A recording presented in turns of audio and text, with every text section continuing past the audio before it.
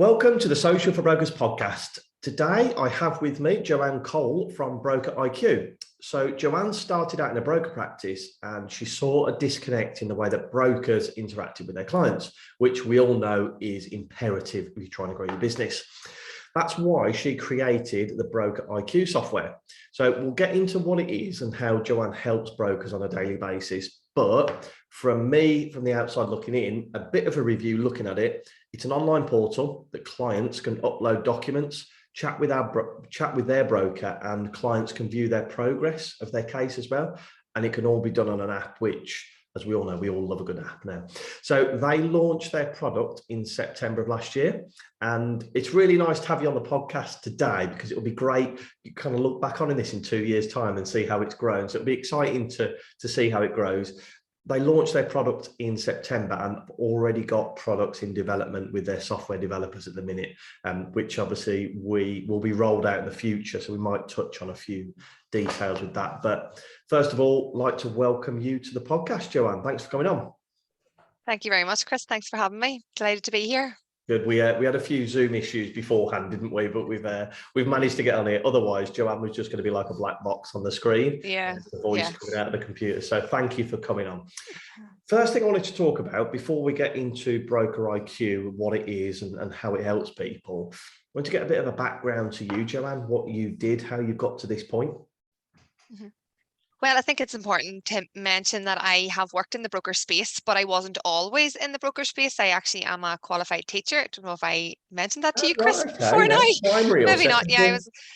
Yeah, I was a qualified teacher and I taught for a number of years, but my background even in education was within data analysis and assessment management. So I always had this love for data.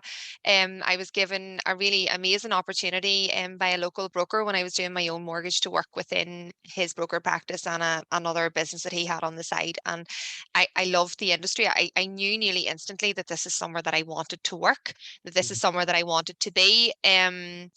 And I set about training as a broker at that stage and working specifically with customer engagement and the data that was held in the broker offices between brokers and their clients and how we could better utilize that. And that has led to where we are today. Right. So when you say customer, first of all, were you primary or secondary school teacher? Primary, but I was in a really, really large school.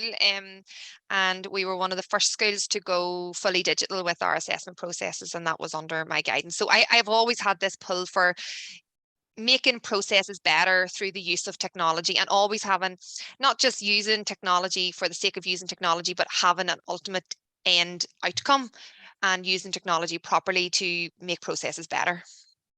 There's a bit of an argument, this is going quite deep now, that kind of technology, I know what my answer on it is, but does technology make us more social or less social as human beings, you think? Well, it's a good point to ask specifically about BrokerIQ, because I built BrokerIQ to keep the personal connection. It was never to replace the personal connection between brokers and their clients. It was just to facilitate the process, to streamline it and make it slightly easier, but it was never to replace the broker, because I think that relationship between a broker and their client can't be replaced by technology. I don't think it ever will be replaced by technology. I think, yes, technology can aid it and can assist it and can make it easier, but I don't think it will ever replace that relationship. So certainly where I am, it is something that I don't want to use technology to replace the social at all. Yeah, I'd agree with you there, but I think it opens a lot more doors for people because you live Northern Ireland, I live in Birmingham. I probably, without technology, I probably never would have seen your face. I might have heard your voice. So that's a benefit. Absolutely. But one of the people that I look at in terms of digital marketing, Gary Vee, he talks about children and social, and there's a lot of negativity around it, that there is bullying online. But what he said is, if a kid goes to school and say he absolutely loves Pokemon, but there's nobody in that school that loves Pokemon, he can find an online forum in the evenings to share his passion with other people all over the world. That's where Absolutely. I think technology helps social, but you are right, technology cannot ever replace that human element. It can just help that relationship, can't it?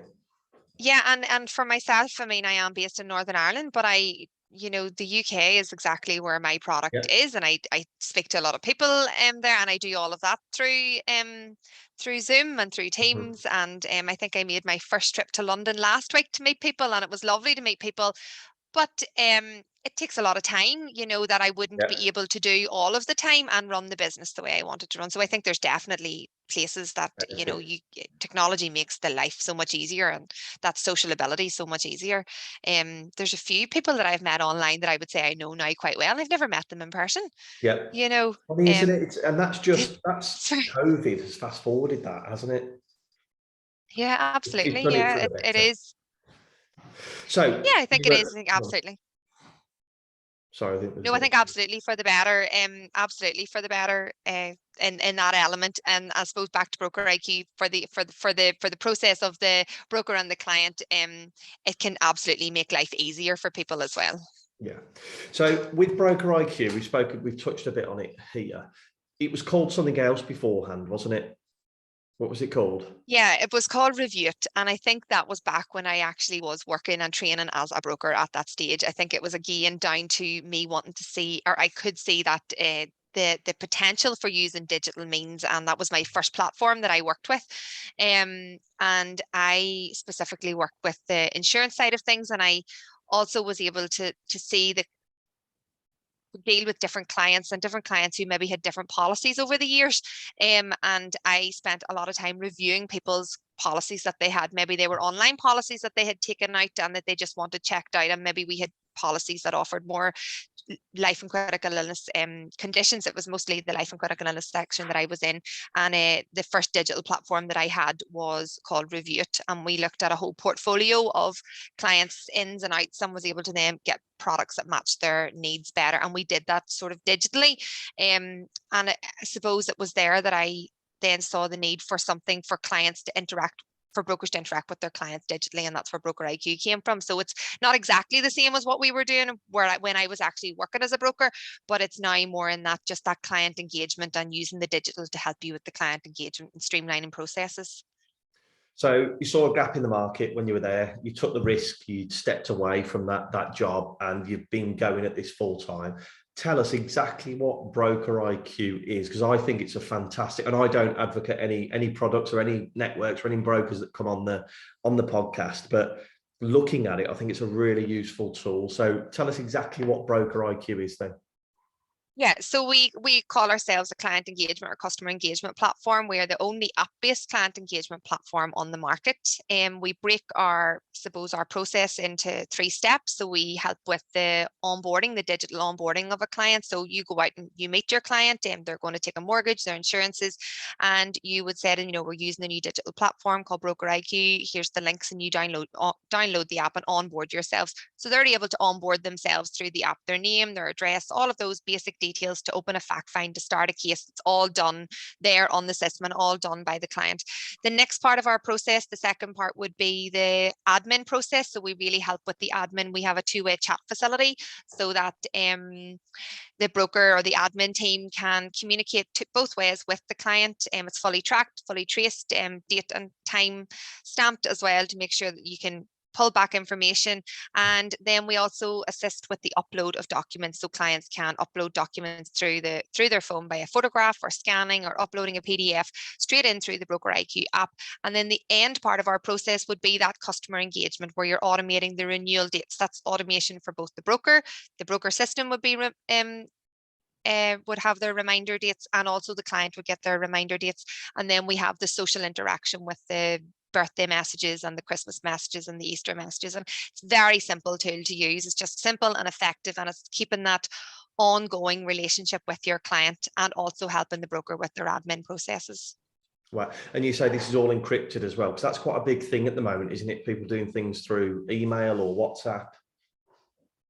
Yeah, well, we're up to industry standards in the transfer of documents and things like that, but our messages are all fully secure, and we sit in the cloud, and we're monitored, and we have our security testing all of the time. But when a message or any correspondence goes out to a client, between a client and a broker, it's all date and time stamped, so that you can track and trace that back at any time, which is really important. And I know the FCA have, I suppose, been, and I think there was another release this morning from the FCA about transparency and about tracking and encryption.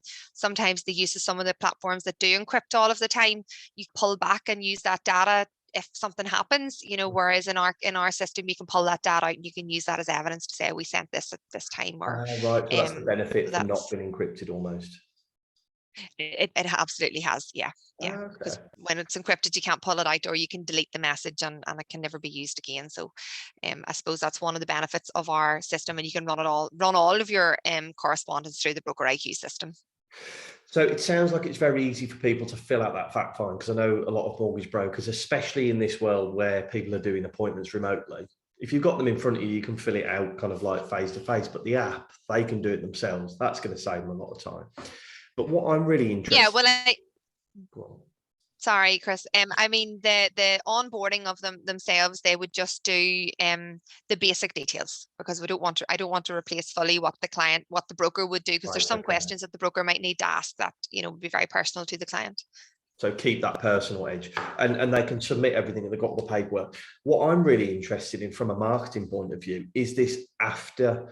So afterwards, when you were talking about a video that they can send as well. Yeah, well, we do provide at the moment, like, I suppose, some stock videos that would be branded to the broker. So they would have their logo on it, they might have their picture on it, they would have their telephone number, their email address, their social media links, all on the video, and that would automate out through the system. So if it was the client's birthday, on the morning of their birthday, they would have that video play and it would be logo branded. It just keeps that personal touch with the broker. So we would give a stock supply of images at the very start, or videos at the very start, which would be a welcome message to the platform, and congratulations on your mortgage, and then your Easter and your Christmas. And you can add your own videos to it. You can record your own video and upload you talking to your clients. You can send it out to one person or in bulk. So it's a really good tool, and I'm a big fan of the video messaging and being able to video people. I was using it as part of Review It. That was the big thing that I was doing before we had any pandemic, and everybody thought I was a bit bizarre because I wanted to use video messaging, and now it's so normal, and it is a really good way of communicating. And that's interesting, because so what would happen is, if I just talk about it from a user point of view, they would have a little pop-up on their screen and say, you have a message on BrokerIQ. Even if my mortgage went through kind of 6 months ago, they would still get that video, and it would be a happy birthday. Now, if I liken it to when I get a message from ASOS will pop up on my screen. It'll be like 20% off. I'm not really interested in the 20% off, but that their company or that message has come up in my face. So if it's a mortgage one, even if it's nothing to do with mortgages, it kind of spurs my mind to think, that was the company that did my mortgage. You know what I mean? My little one's buying a house, or I'm looking to release some money for remortgage. It's just that subliminal messaging, isn't it? It's a lot of that is about nurturing your audience. That's what you guys can do after it's all gone through.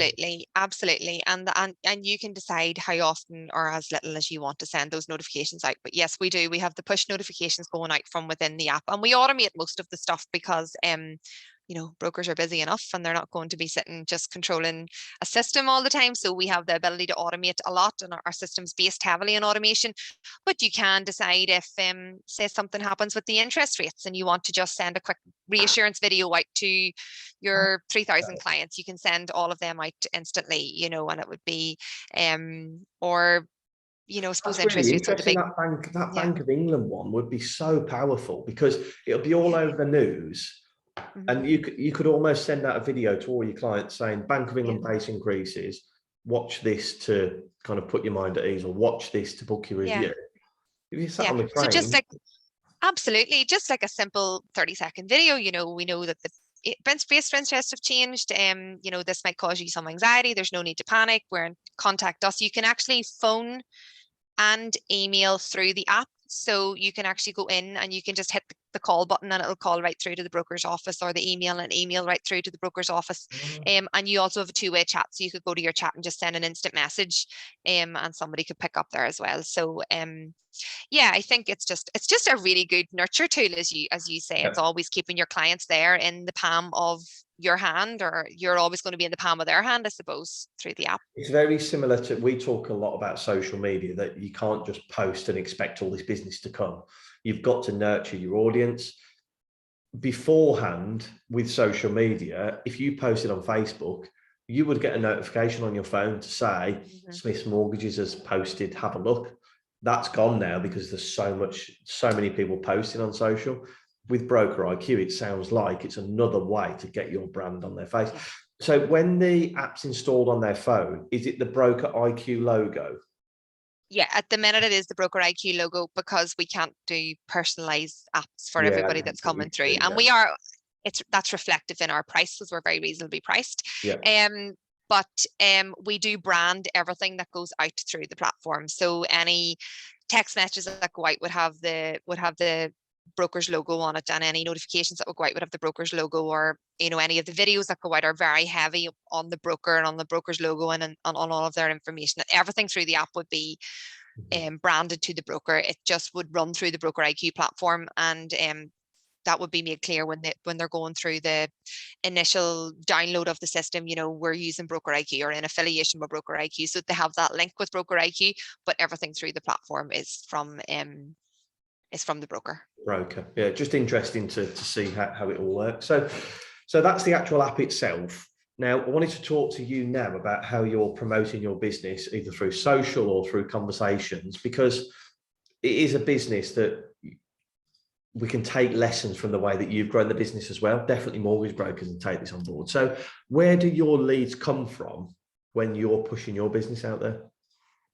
Well, mostly at the minute, I am dealing with referrals. So I started very small out with small independent brokers over here in Northern Ireland, and I was very quickly referred to other brokers or referred into the larger networks, and I made a lot of connections through that.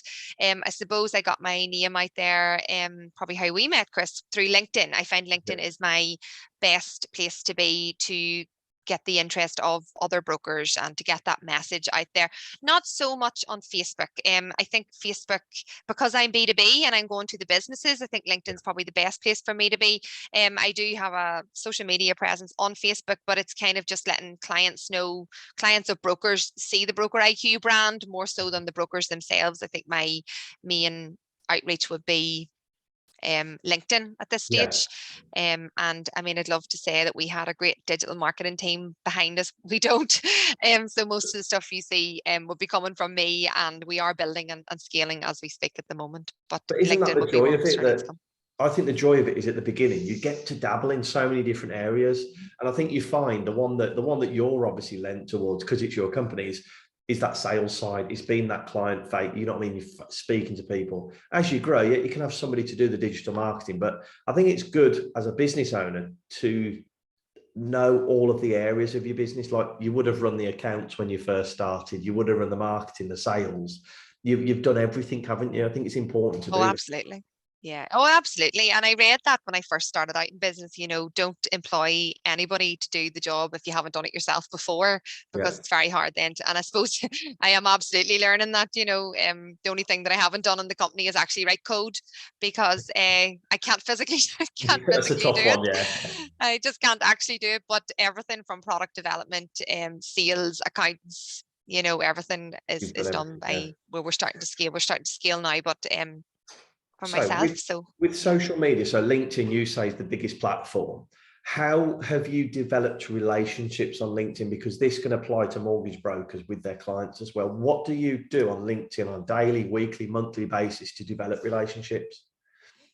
I'm not entirely sure. I have had a really good reach on LinkedIn, and I have had some really, really amazing people reach out. But I think it's a really lovely industry to be in. I personally might send an email or a link, a message out myself, to somebody if I thought they were of interest, and done a bit of research first in advance to see where the similarities might be, and reach out. And I would be very big on the not like sending loads of messages. If you reach out and somebody wants to have a connect with you, that's great. And if they don't, well, you know, you'll pick that up somewhere else at some stage. I suppose also working on my LinkedIn profile and understanding the difference between your business page and not just spamming your business out all the time and what you do, and then also your personal. So I try to do as many broker things as possible, like, you know, coming on here and going to events and keeping up to date with where the brokers are going or what they're doing, you know, in the different networks, and then being able to like and follow those kinds of activity that the brokers would be involved in. And I feel like it has really worked. I have quite a good reach through LinkedIn. You can see, and the thing with you, this is what I've noticed from you, is you'll interact with people, you'll have a chat with them. You're not pushing your product on them all the time, which I think we can be guilty of sometimes on social media. Absolutely. Yeah. We automatically think, right, my end goal is to sell my product. But no. What foundations do I need to put in place to allow me to sell that? And it is building relationship. Like, for example, the Fortnum and Mason breakfast. That obviously didn't come out of nowhere, did it? How did that come about? That was an investor talk, but it came out of relationships that I had made, events that I had attended. I mean, when I was there, I met some really, really great industry people that were in the insurance space, and some that I have continued to work with and have been so important for me moving on, and to this day are really, really involved in the industry. And I suppose they're another source of getting brokers to me, because, you know, I've built that relationship up with them. They've maybe looked at the product, they've heard me talk, and they can see the passion that I have for it and the genuine want to make this a better place for everybody, for clients and for brokers, and they're happy to refer me on. And I think it is absolutely about the relationship that you build. And the investor day that I was at last week in Fortnum and Mason was based on the relationships that I had developed over here in Northern Ireland, and then I was asked to go and speak at an event in London, which opened up so many other doors as well. So it's about the relationships, it absolutely is. And it's the same with the BrokerIQ platform. It's about building those relationships, continuing those relationships, and not just now, but past the point of sale. Again, like that happy birthday message, I know I keep going back to it, which I think is a fantastic idea. That's nothing to do with business. You're not selling them business. You're not telling them to use you as your broker, but you're just drip feeding them your brand. You're drip feeding them information in the hope that you've done a good enough job 2 years ago that when their remo's up, they'll come back to you because you've appeared on their phone 3 or 4 times over the last 2 years. Yeah, absolutely. And the things, even with the remortgage, and that was one of the things that was one of the first things that we built in, you know, was the ability to send the renewals out for that remortgage for the broker, you know, because you know what happens, the mortgage goes somewhere else and something, you know, there's other companies out there vying for that same renew, whereas, you know, our system automates all of that from the platform. So it's another thing the brokers don't have to worry about. It goes out to the clients a certain time before the end date's up, and they're prompted, the brokers prompted, the clients prompted, and it sort of keeps that relationship open and makes sure that you're not missing those clients.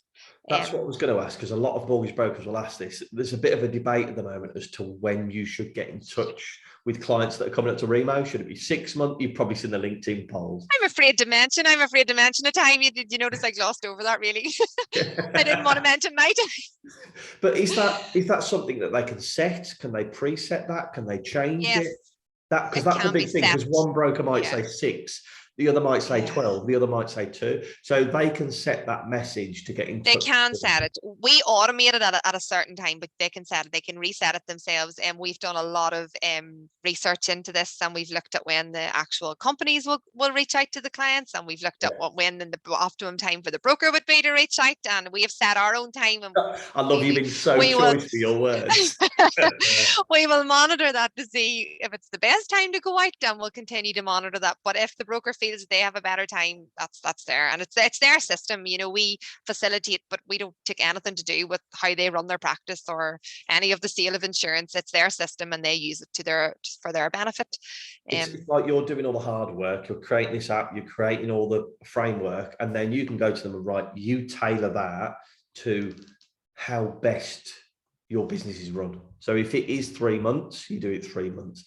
If you don't want to send out a happy birthday, but you want to send a Christmas one, or you want to, send a happy Diwali post or anything like that, it can all be personalized. Yeah. And I'm glad you said that at the very beginning of the podcast, is you don't want to remove that personal element between mortgage broker and client, do you? You're just help facilitating that relationship, aren't you? Yeah, absolutely. Just facilitate that relationship, streamline the process, reduce admin for the broker side. If there's any way that whether it's the upload of documents, which is probably our best use facility at this moment in time, and the client onboarding can just reduce so much of the admin's time, and I suppose that's what sets us aside from some of our competitors, is that we just don't focus on the customer engagement. We do help with the admin process. We try to do what we can there, and we're still, you mentioned it earlier, we're still a young company, and we work very closely with the brokers that either they were test brokers or they're brokers that are coming on board now at this early stage to help us in our development of what works for them in their daily practice in each case that they go through. How can we make our system better to help you? And that we pride ourselves on a system built by brokers, because genuinely what you see, it is built from what the brokers have experienced. Yeah, and you're always redeveloping it by the sounds of it to what mortgage brokers like, what they've experienced. You can edit things. Oh, absolutely. Can't you? Yeah. Well, I think that's one of the benefits of software, is that you can You can can edit tweak it as things, you and go you can along. change things, you can add things in. Also, obviously, I'm big on brand, I'm big on color. How did you come to the idea of that? Because it's black and yellow, and I really like it, and I've had my thoughts on it. But how did you come to the black and yellow and the branding? Yeah, I think I always like yellow, but it's a hard color to put in branding because of it being yellow, and it doesn't Yeah, always show out everywhere. So we knew we needed a dark color. And then when I researched it, navy and yellow and dark gray and yellow are colors that are quite successful businesses. So that was one of the other things. And I think also the yellow is very innovative, and I wanted BrokerIQ to be innovative. I didn't want it to be something that was a chore for brokers to use. I wanted it, the purpose of building it was to help move brokers forward with digital. And I think the yellow really is vibrant, and it's bright, and it's modern, and it's significant of all of that. And then you have the darker color just for the professional industry that yeah. you're working in, and you have to be very mindful of that as well. This is a very serious professional industry, and we're not all singing and dancing. We have a purpose behind what we do, and our technology is there for the end purpose for the broker and the client. So It's I think making that, it. yeah, I like the colors. Yeah, the colours. It was interesting because that's how I saw it. Like the black was very professional, but then the yellow, if you think it's like a bright colour, it's vibrant, it's innovative, exactly like you said. And that's what brokers. That's the way that it speaks to me. Brokers can be a bit more innovative. They can keep people up to date. So I'm always banging about it on social, is trying to keep your audience up to date with what you're doing, and that app can allow you to do it. What I was going to ask is, are you on Instagram like yourself in terms of the company? Do you promote it through Instagram? Not really. Like we have a plan to move on to Instagram. We're not really at this moment in time. But we will. That's part of our, I suppose, our marketing strategy that we're working through at the moment. And we will be on all of the platforms at this moment in time. I think we have, because our target market at this minute is the brokers, that's where we've been aiming for. And I think LinkedIn has just been the best place for us to Yeah. be, and the Instagram and the Facebook development for brand recognition for the clients of those brokers will follow. And I mean, I'm no digital marketing expert at all, and yourself, Chris, when you start a company, you're very much You doing do what you everything. can. Yeah, yeah. I just think with Instagram, I think it'd be really good. Yes, from a branding point of view and selling people the benefits, but I think it'd be really interesting to see the growth of the company through your eyes. So it's kind of Okay. like documenting it using Instagram stories and Facebook stories to show the snapshots of behind the scenes. So you were talking about, like, you've had potential client calls before this, so kind of getting ready for client calls and signing up a new client. I just think it'd be, I definitely watch it, and I know if I would, I know loads of other people would like to see the growth. And you know what I mean, when you first imagine the video of you signing your first client. And do you know, I think maybe I look at it from a bit of a nostalgic point of view, because I've Yeah. been on very similar journeys to growing businesses. I Yeah. just think it'd be great to see behind the scenes on Instagram. Yeah, well, it's not a bad idea. I'm not going to say that I would be great at the whole. Got to do it. You just got to try it. That's the thing. But because what I always say um, is, what other people might find mundane, like to you probably speak to your software developers every week, and you've been doing that for the last however many years. but to me, it'd be really interesting to see what you speak to your software developers about.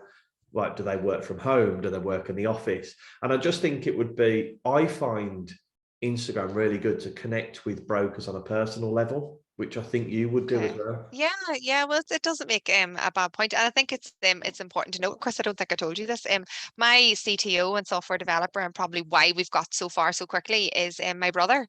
He was a senior software consultant in a large company in London, and when I had the concept, so we were building this for a while. You know, I didn't mention that, Chris. No.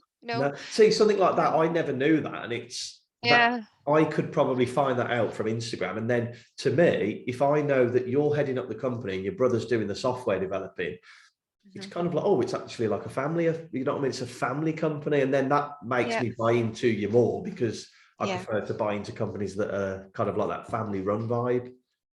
Yeah, and that we could document a lot about that, the good, the bad, and the ugly. Don't worry, Miss, and it all works very well. And I think it absolutely is the success of our company to date, is that we have a really close knit team, and we're expanding now. But that, I mean, effectively, it was Des and I in the early days building this product from the bare bones, you know, and I'm very proud of that fact, that as I came across a problem in the industry, or not a problem, but something that I thought we could put technology to make it better, he was writing it at the same time, you know, so we didn't come just out last September with nothing. There was a lot of thought process that went into this, a lot of working in the background with it. And to this date, even as we grow and we scale and our technology has grown and our technology department has grown, we still have that understanding, you know, we still have that understanding between ourselves.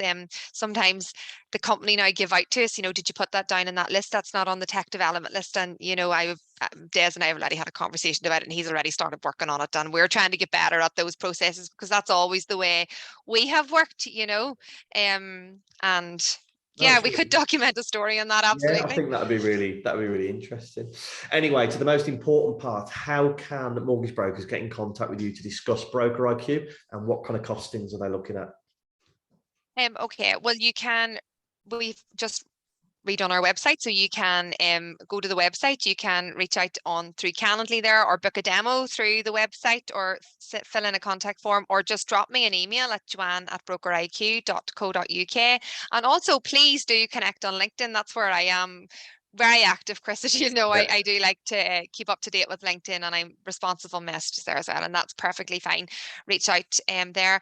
Our costings are quite reasonable. You know, we have single broker licenses, and we also have up to 5 user licenses, up to 10 user licenses. So we have a different pricing. We start at £35 per month, and we go up to £99 per month, depending on the size of the broker.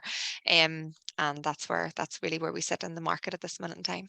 Fantastic. So as you said, Joanne, always on LinkedIn, go and send her a message on there, chat to her on there, have a little chat, book a demo, but just connect with her. Building relationships on LinkedIn is what it's all about at the moment. You've got to make sure that you're expanding your network.